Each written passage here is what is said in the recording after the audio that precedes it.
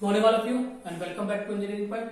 देखो आज हमारा जो फ्लूइड मैकेनिक्स है उसके अंदर जो यूनिट नंबर फर्स्ट है आपका, उसका आज हमारा क्या है, लास्ट लेक्चर। ठीक है, तो आज लेक्चर अपने पढ़ते ही हमारा जो यूनिट नंबर फर्स्ट है वो क्या हो जाएगा, कंप्लीट हो जाएगा। तो अभी तक जो हमने पढ़ा है उसके बारे में अपन डिस्कस कर लेते हैं। तो देखो जो चैप्टर नंबर फर्स्ट है उसके अंदर अपन ने क्या पढ़ा, सबसे पहले तो अपन ने फ्लूइड के बारे में बेसिक पढ़ा।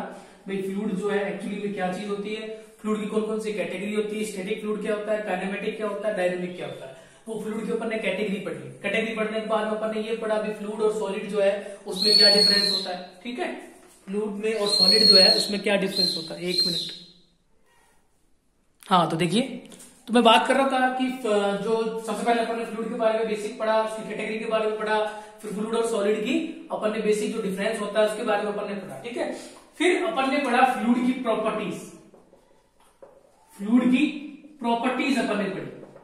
अब फ्लूइड की प्रॉपर्टीज के अंदर आपने लगभग 7 प्रॉपर्टीज पढ़ी, जिसके अंदर आपका एक तो विस्कोसिटी इंपोर्टेंट है। विस्कोसिटी आपका डायनामिक, काइनेमेटिक, उस पर बेस आपका न्यूमेरिकल आपसे पूछा जा सकता है, उसका डेरिवेशन पूछा आपसे जा सकता है। सरफेस टेंशन आपका इंपोर्टेंट है, और इसके साथ ही आपका जो कैपिलरी है, केसिकत्व है, वो भी आपका इंपोर्टेंट है। और लास्ट जो अपन पढ़ेंगे आज, वो हम पढ़ेंगे टाइप्स ऑफ फ्लूइड। क्या पढ़ेंगे भाई, वो अपन पढ़ेंगे टाइप्स ऑफ फ्लूइड। तो ये टॉपिक करवाते ही हमारा जो यूनिट नंबर फर्स्ट है वो क्या हो जाएगा, कंप्लीट हो जाएगा।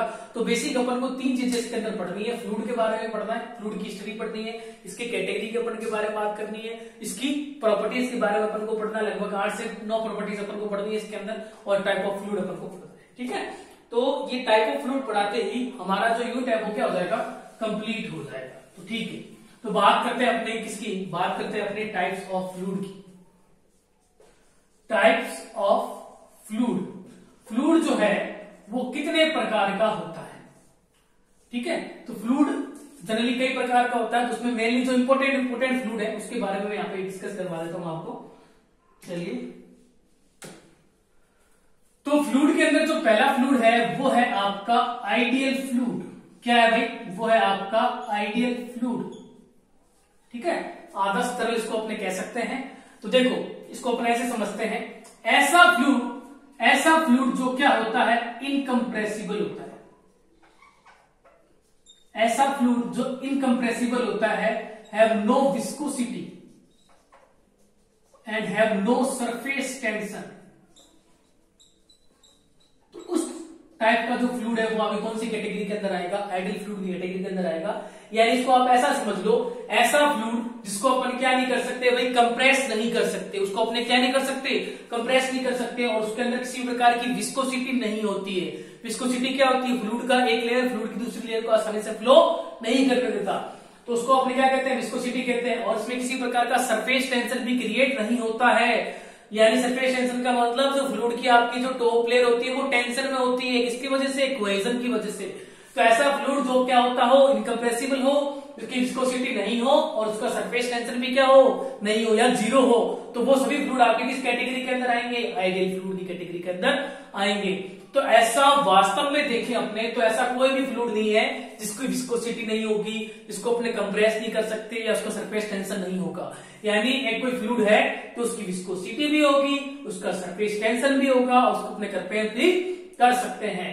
तो ये जो आपका आइडियल फ्लूइड है, एक तरह से ये मान के चलो एक इमेजिनरी फ्लूइड है। इमेजिनरी का मतलब एक इमेजिन करा हुआ फ्लूइड है, लेकिन वास्तव में ऐसा फ्लूइड पॉसिबल नहीं है। तो ये हो जाएगा, इट इज इमेजिनरी फ्लूइड। ठीक है ना, चलिए भाई, तो ये अपनी बात होगी किसकी, आइडियल फ्लूइड की बात होगी, जिसका किसी प्रकार का सरफेस टेंशन नहीं होता, उसकी किसी भी विस्कोसिटी नहीं होती, और ना ही उसके अंदर क्या होता है, आपका फ्लूइड आपका इनकम्प्रेसिबल होता है। तो वो फ्लूइड आपका क्या कहलाता है, आइडियल फ्लूइड कहलाता है। तो ये एक प्रकार का इमेजिनरी फ्लूइड होता है, वास्तव में ऐसा पॉसिबल नहीं। चलिए, सेकंड जो फ्लूइड है आपका वो है आपका रियल फ्लूइड। सेकंड जो फ्लूइड है वो है आपका रियल फ्लूइड। रियल फ्लूइड जो होगा जस्ट क्या हो जाएगा, आइडियल फ्लूइड का अपोजिट हो जाएगा। ऐसा फ्लूइड जिसको कंप्रेस किया जा सकता है, ठीक है, जो कंप्रेसिबल हो, जिसकी विस्कोसिटी होती है, ठीक है, और साथ में हैज अ सरफेस टेंशन, और जिसका सरफेस टेंशन होता है। तो वो सभी फ्लूइड आपके कौन सी कैटेगरी के अंदर आएंगे, रियल फ्लूइड की कैटेगरी के अंदर आएंगे। तो ऑल फ्लूइड जो होते हैं वो कौन सी कैटेगरी के अंदर होते हैं, REAL, REAL। ठीक है, तो अपन लिख देंगे ऑल फ्लूइड्स आर रियल। ठीक है। तो आपसे ऑब्जेक्टिव में पूछा जा सकता है कोई ऐसा फ्लूइड है जिसकी विस्कोसिटी 0 होती है, तो वो फ्लूइड कौन सी कैटेगरी के अंदर आएगा। पहला ऑप्शन होगा आइडियल, दूसरा ऑप्शन होगा रियल, तीसरा जो भी हो सकता है। तो आपको पता होना चाहिए कि भाई आइडियल फ्लूइड किसको कहते हैं, इसकी विस्कोसिटी कितनी हो, 0 हो या नहीं हो, और जिसकी विस्कोसिटी भी हो, जिसको कंप्रेस भी किया जा सकता है और जिसका सरफेस टेंशन भी हो, तो वो फ्लूइड कौन सी कैटेगरी के अंदर आएगा भाई, वो आपके रियल फ्लूइड कैटेगरी के अंदर आएगा। इसलिए मैंने यहाँ पे लिख दिया कि आज जो फ्लूइड है वो आपकी कौन सी कैटेगरी के अंदर आते हैं भाई, तो वो सभी फ्लूइड आपके रियल फ्लूइड की कैटेगरी के अंदर आते हैं। ठीक है। तीसरा है सबसे इंपॉर्टेंट है हमारा अभी तक, Newtonian fluid. Newtonian NiAN, Newtonian fluid. ठीक है। तो देखो न्यूटोनियन फ्लूइड से पढ़ने से पहले अपन ने एक नियम पढ़ा था, न्यूटन की शांता का नियम। क्या होता है भाई न्यूटन की शांता का नियम, जो आपका शियर स्ट्रेस होता है वो डायरेक्टली प्रोपोर्शनल होता है किसके, रेट ऑफ स्ट्रेन के। पढ़ा था क्या अपन ने, पढ़ा था कि जो शियर स्ट्रेस होता है वो डायरेक्टली प्रोपोर्शनल होता है रेट ऑफ स्ट्रेन के, या फिर मैं ये भी कह सकता हूं कि जो शियर स्ट्रेस होता है वो डायरेक्टली प्रोपोर्शनल होता है किसके, वेलोसिटी ग्रेडियंट के। वेलोसिटी ग्रेडियंट का मतलब dy अपॉन dy, क्योंकि d थीटा बटा dt अपन ने एक डेरिवेशन किया था विस्कोसिटी का, और अपन ने ये प्रूव किया था कि जो आपका रेट ऑफ स्ट्रेन होती है वो वेलोसिटी ग्रेडियंट के क्या होती है भाई, बराबर होती है। तो अपन ने एक नियम पढ़ा था न्यूटन की शांता का नियम। तो न्यूटन की शांता का नियम कहता है कि जब जो आपका शियर स्ट्रेस होता है वो वेलोसिटी ग्रेडियंट के या रेट ऑफ स्ट्रेन के क्या होता है, समानुपाती होता है। समानुपाती का मतलब ये हो गया, आप ऐसा मान लो कि जब रेट ऑफ या वेलोसिटी ग्रेडियंट, और मैं इसकी बात कर रहा हूं, मैं डी पर dy और टॉ की बात कर रहा हूं, तो डायरेक्टली प्रोपोर्शनल या फिर समानुपाती का इसका मतलब ये होता है कि जब dy पर dy का मान बढ़ेगा तो टॉ का भी मान क्या होगा भाई, इंक्रीज होगा। ठीक है। तो न्यूटनियन जो फ्लूइड होता है आपका, न्यूटोनियन फ्लूइड होता है, वो कौन सा फ्लूइड होता है, सिंपल से इसकी डेफिनेशन है, वे सभी फ्लूइड जो न्यूटन की शांता नियम को फॉलो करते हैं या न्यूटन की शांता नियम को पालन करते हैं, या जिनके लिए टॉ डायरेक्टली प्रोपोर्शनल होता है डी पर dy के, वो सभी फ्लूइड कौन सी कैटेगरी के अंदर आएंगे, न्यूटोनियन फ्लूइड। ठीक है। वे फ्लूइड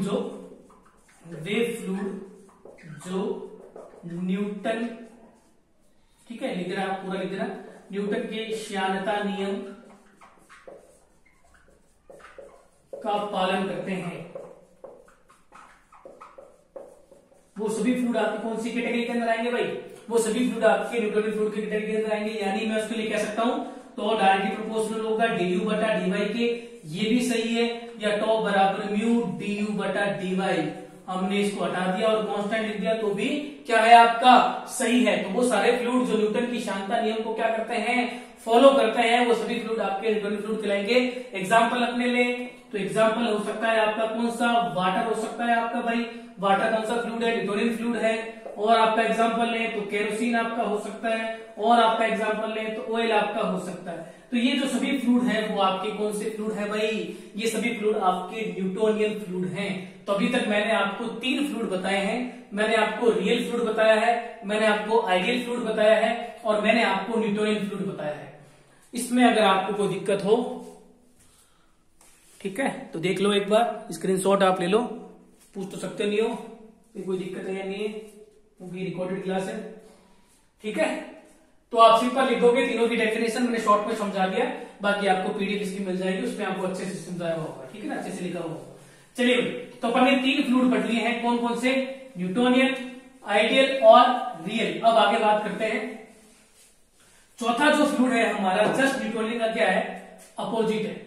ठीक है। चौथा जो फ्लूइड है हमारा जस्ट क्या है भाई, हमारा न्यूटोनियन का अपोजिट है non Newtonian fluid. Non Newtonian fluid भाई सिंपल सी चीज है कि ऐसा फ्लूइड जो न्यूटन की शांता नियम को फॉलो करेगा वो तो कहलाएगा आपका न्यूटोनियन फ्लूइड, और वो फ्लूइड जो न्यूटन की शांता नियम को फॉलो नहीं करेगा वो आपका कहलाएगा नॉन न्यूटोनियन फ्लूइड। यानी ऐसे फ्लूइड जिसमें टॉ डायरेक्टली प्रोपोर्शनल du बटा dy होगा वो तो आपका न्यूटोनियन फ्लूइड होगा, और जिसमें टॉ नॉट इक्वल्स टू या not directly proportional to du upon dy वो आपके नॉन न्यूटोनियन फ्लूइड कहलाएंगे। तो इस प्रकार से अपन इसको समझ सकते हैं कि ये जो फ्लूइड है वो आपके नॉन न्यूटोनियन फ्लूइड है, क्योंकि इसके अंदर न्यूटन की शांता का जो नियम है वो फॉलो नहीं होता है। तो इसके एग्जाम्पल अगर अपने समझे तो एग्जाम्पल आप देखोगे ह्यूमन ब्लड, हमारा जो ब्लड होता है वो कौन सा फ्लूइड है भाई, वो हमारा न्यूटोनियन फ्लूइड है, वो भी कौन सा, नॉन न्यूटोनियन। और अपनी बात करें स्टार्च आप ले सकते हो, ठीक है, और सैंड इन वाटर आप ले सकते हो, टूथपेस्ट ले सकते हो, ठीक है। और अपने बात करें बटर आप ले सकते हो। तो वो सभी फ्लूइड जो हैं जो क्या करते हैं, न्यूटन की श्यानता नियम को फॉलो नहीं करते, वो आपके नॉन न्यूटोनियन फ्लूइड कहलाते हैं। तो मैंने अभी आपको 4 फ्लूइड बता दिए। चारों फ्लूइड के बारे में आपको मैं एक बता देता हूं। उससे पहले एक छोटी सी चीज और अपने पढ़ लेते हैं। छोटी सी चीज है अपनी रियोलॉजी। रियो REARHELOGY। रियोलॉजी क्या चीज होती है, तो उसको लिखेंगे non Newtonian fluid. Non Newtonian fluid, non Newtonian fluid की स्टडी को, नॉन न्यूटोनियन फ्लूइड की स्टडी को रियोलॉजी कहते हैं भाई, ठीक है। नॉन न्यूटोनियन फ्लूइड की स्टडी को रियोलॉजी कहते हैं। तो अभी तक मैंने आपको 4 फ्लूइड बता दिए और एक मैंने स्टडी करवा दी आपको। रियोलॉजी क्या चीज होती है, जो नॉन न्यूटोनियन फ्लूइड होता है उसकी स्टडी को क्या कहते हैं, रियोलॉजी कहते हैं। अब इसको ग्राफ से समझ लेते हैं। तो देखो ग्राफ में यहां पे बना देता हूं, एक ग्राफ अपने यहां पे ड्रॉ कर लेते हैं। यहां तो आएगा आपका du बटा dy। du बटा dy जो है वो आपका क्या होगा, वेलोसिटी ग्रेडियंट। और यहां पर होगा भाई आपका टॉ। टॉ आपका क्या होगा, शियर स्ट्रेस होगा, ठीक है। तो ये आपकी क्या है, y एक्सिस मान लो आप इसको, और इसको आप x एक्सिस मान लो, ठीक है। तो x एक्सिस पर तो आपका क्या है, x एक्सिस पर तो है आपका du बटा dy यानी वेलोसिटी ग्रेडियंट, और y एक्सिस पर आपका क्या है, टॉ है यानी शियर स्ट्रेस है। तो और ये जो पॉइंट होता है उसे अपने ओरिजिन कहते हैं, ये तो आपको पता ही है। तो पहला जो अपने फ्लूइड पढ़ा वो था आपका आइडियल फ्लूइड। तो आइडियल फ्लूइड कहां पर आ जाएगा भाई, वो यहां पर आ जाएगा।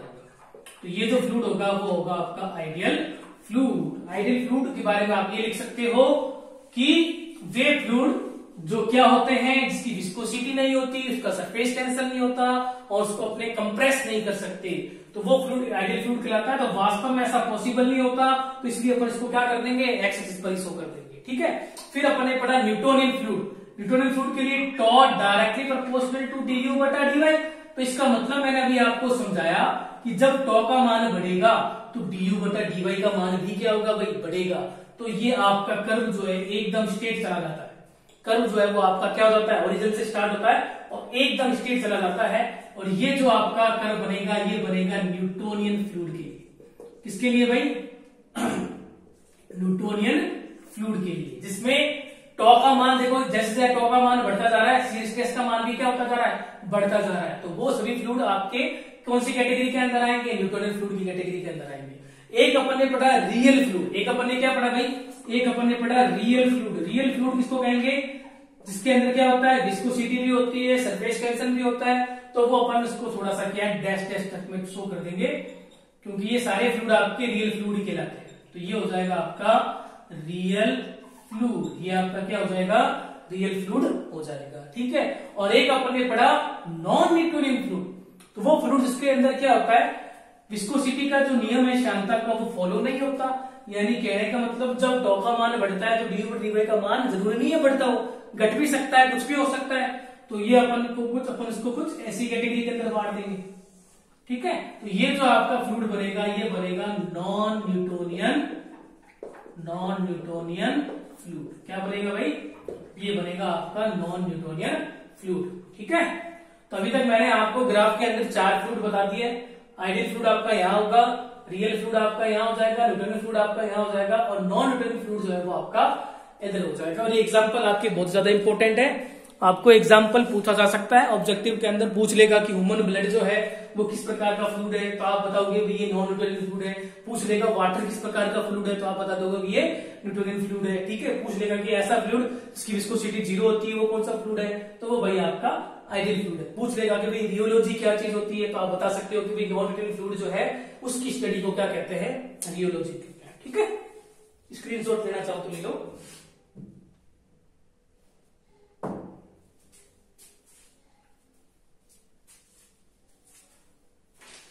चलिए, और एक अपना फ्लूइड बचता है आपका, एक अपना फ्लूइड होता है नेक्स्ट, अगला छठा जो फ्लूइड है आपका वो है आपका बिंगम प्लास्टिक। बिंगम प्लास्टिक, या इसको मैं और क्या कह सकता हूं, ideal plastic fluid. Bingham plastic या आइडियल प्लास्टिक फ्लूइड, ठीक है, बिंगम प्लास्टिक या आइडियल प्लास्टिक फ्लूइड। देखो क्या चीज होती है, इसको अपने यहां समझते हैं। तो ये अपन ग्राफ बनाया अपन ने, ये अपनी है एक्स एक्सिस और ये है अपनी वाई एक्सिस। यहाँ पे अपना ओरिजिन है, यहाँ पर आपका du बटा dy वेलोसिटी ग्रेडियंट है, और यहाँ पर आपका क्या है, टॉ है, टॉ मतलब शियर स्ट्रेस है। तो इसको ऐसा समझो आप, बिंगम प्लास्टिक या आइडियल प्लास्टिक फ्लूइड क्या होते हैं, ये वो फ्लूइड होते हैं जो न्यूटन की शांता नियम को फॉलो करते हैं। ये तो बात सही है, पर न्यूटन की शांता नियम को फॉलो करेगा तो उसका कर्व कैसा बनेगा भाई, सीधा बढ़ेगा।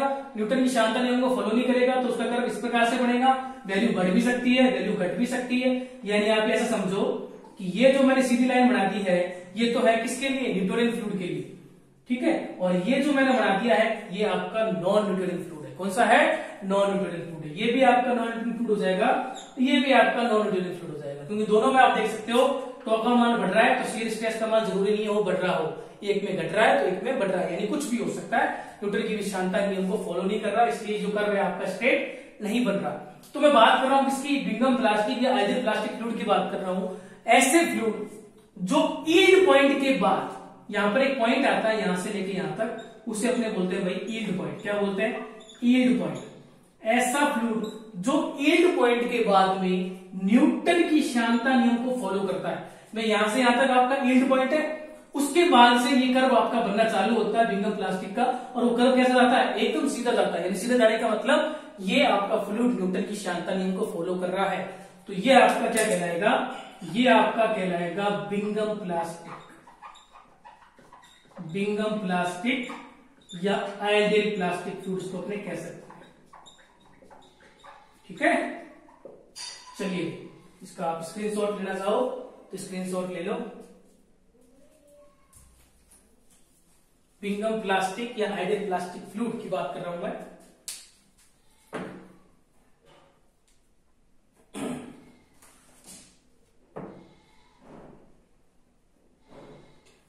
ठीक है, तो ये हो चुका है आपका चैप्टर, जिसमें अपन ने क्या कर लिया है, फ्लूइड के कुछ प्रकार पढ़ लिए। इसके अलावा न्यूटोनियन फ्लूइड आपका बहुत प्रकार का होता है। इसके अलावा न्यूटोनियन फ्लूइड आपका डायलेक्ट्रिक होता है, शियर थिकनिंग फ्लूइड, ठीक है ना, ये अलग अलग कैटेगरीज है, ठीक है ना। तो वो अपन को ज्यादा डिटेल में नहीं पढ़ना, जितना आपने कोर्स तक था जो मैंने आपको करवा दिया इतने आप पढ़ जाओ, 5-6 फ्लूइड आप यहाँ पे पढ़ जाओ। बाकी फ्लूइड आपको और आगे पढ़ते हैं, स्टडी फ्लूइड क्या होता है, स्टडी फ्लूइड क्या होता है, वो आगे चैप्टर में आएंगे। तो एक बार अपने इन 6 फ्लूइड को पढ़ लेते हैं। तो उम्मीद करूंगा जो मैंने आज करवाया वो आपको समझ में आया होगा। और ये ग्राफ बहुत ज्यादा इंपॉर्टेंट है, ग्राफ ये बताता है कि किस प्रकार से वैल्यू चेंज हो रही है, किस प्रकार से वैल्यू चेंज नहीं हो रही, ठीक है ना। चलो, तो ये हमारा जो यूनिट नंबर फर्स्ट है वो कंप्लीट हो चुका है। न्यूमेरिकल के साथ में अपन ने थ्योरी पोर्शन को भी कंप्लीट किया है। अब जो हमारा नेक्स्ट क्लास होगी उसके अंदर आपके मिड टर्म को देखते हुए या तो हम यूनिट नंबर 2 स्टार्ट करेंगे या हम यूनिट नंबर 4 स्टार्ट करेंगे। और मेरा टारगेट होगा कि मिड टर्म से पहले दोनों ही यूनिट आपको ऑनलाइन पूरे मोड पे करवा दे, ठीक है ना। यूनिट नंबर 2 और यूनिट नंबर 4 की बात कर रहा हूं मैं। तो उम्मीद करूंगा जो आज मैंने करवाया वो आपको समझ में आया हो। कोई डाउट हो आपको यूनिट नंबर 1 के अंदर तो आप पर्सनली क्या कर सकते हो, कॉल करके या चैट करके आप पूछ सकते हो, ठीक है। तो आज के लेक्चर को अपने यहीं एंड करते हैं। छोटा सा लेक्चर था, एक छोटा सा टॉपिक आपका रिमेनिंग था। इसी के साथ ही हमारा ये चैप्टर नंबर 1 कंप्लीट होता है, ठीक है। Thank you.